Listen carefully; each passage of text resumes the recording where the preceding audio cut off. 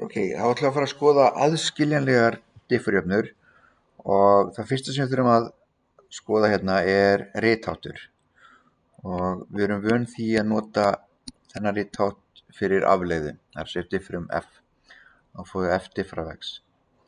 Við lærðum það líka að þetta er oft skrifað líka svona, diffrað, og það bætist hérna við einn ritháttur í viðbót.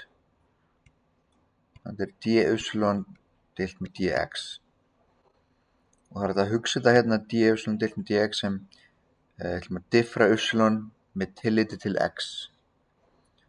Það er sem það þýðir. En allt þetta hérna, þetta er alltaf sama. Þetta er bara mismunandi rithættir.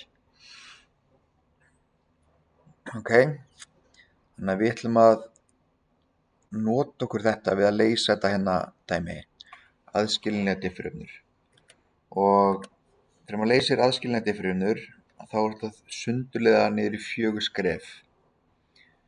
4 skref og fyrsta skrefi hérna sem er að breyta rithætti. Það er þess að diffrað verður dy dx. Það er eina sem maður þarf að byrja á. Skref 1. Þetta verður dy dx. Allt annað eins. Svona, þetta er bara fyrsta skrefið.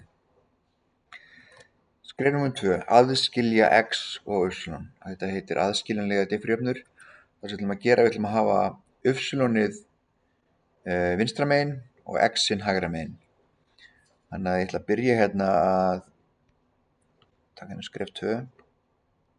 Þetta verður dy sama sem y öðru sín x dx. Ok, einu sem ég gerði hérna var að ég tók þetta dx og það er komið hérna hinum megin. Næst vil ég taka þetta y öðru, þannig að ég ætla að deila hérna með y öðru, deili hérna megin með y öðru, þá styttist þetta út hérna vinstra megin og þá lítur þetta svona út. Ég ætla að skrifa þetta svona.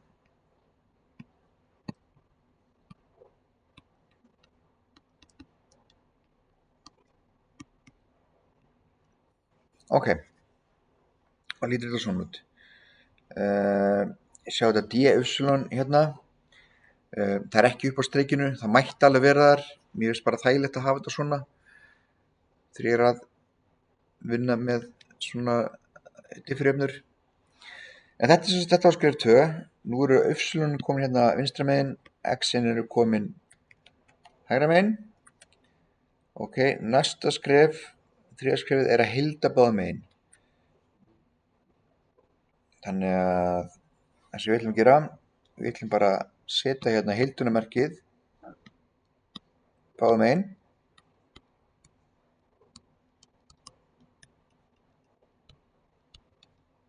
Og nú ætlum við að heilda. Ef við byrjum á vinstra megin, þá sjáum við að við erum að heilda með tilliti til y. Ok, og þá kemur, sjáum við núna, nú er þetta 1 deilt með y öðru, þannig að þetta verður mínus 1, nú þurfum ég að hugsa, þetta verður mínus y í mínus fyrsta. Eða ég ætla að rita þetta sem, ég ætla kannski að taka neitt aukaskref. Þetta sé ekki.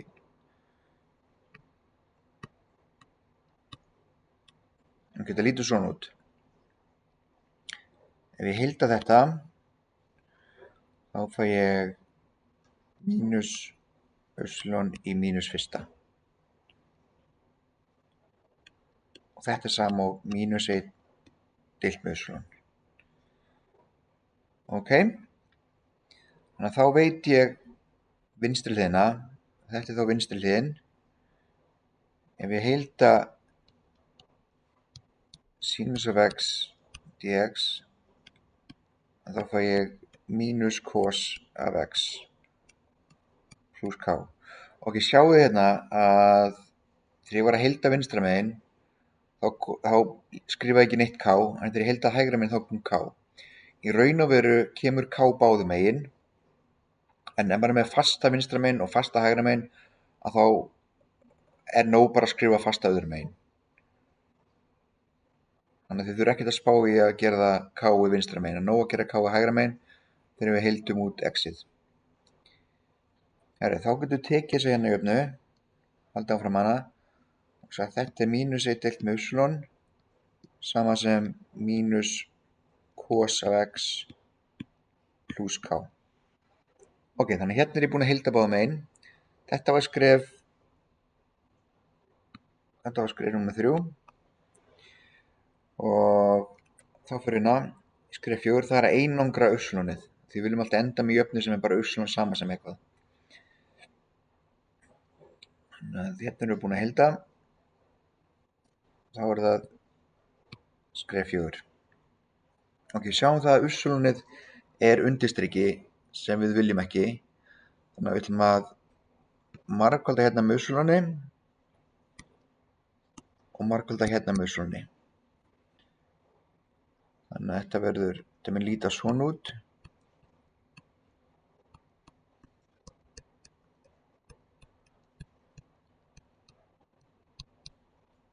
Ok, þannig að y það dettur út hérna megin. Þetta verður hérna bara mínus 1. Ok. Þannig að mun líta svona út. Ok, það sem ég vil gera núna er að ég vil einangra y-ið, þannig ég vil losna við allt þetta cos x plus k. Þannig ég ætla að deila hérna með mínus cos x plus k. Og er ég að gera sama einu megin, mínus cos x plus k. Þá hérna hægra megin, þá kanslast þetta út. Og ég vil skrifa y alltaf vinstra megin. Þetta verður mínus 1 deilt með mínus cos x plus k. Og það sem ég vil gera hérna, ég vil fegra þetta aðeins. Ég vil ekki hafa þessa mínus hérna upp og niðri. Þannig að það sem ég geri hérna er að ég ætla að breyta formerkjunum. Og það virkar þannig að ég margfalda með mínus 1 fyrir ofanstrik og mínus 1 fyrir neðanstrik. Og það sem gerist þá er það sem var mínus 1 upp á striki, það verður 1. Það sem var mínus cos x undir striki verður bara cos x. Og það sem var plus k verður mínus k. Þá er ég búinn að leysa dæmið.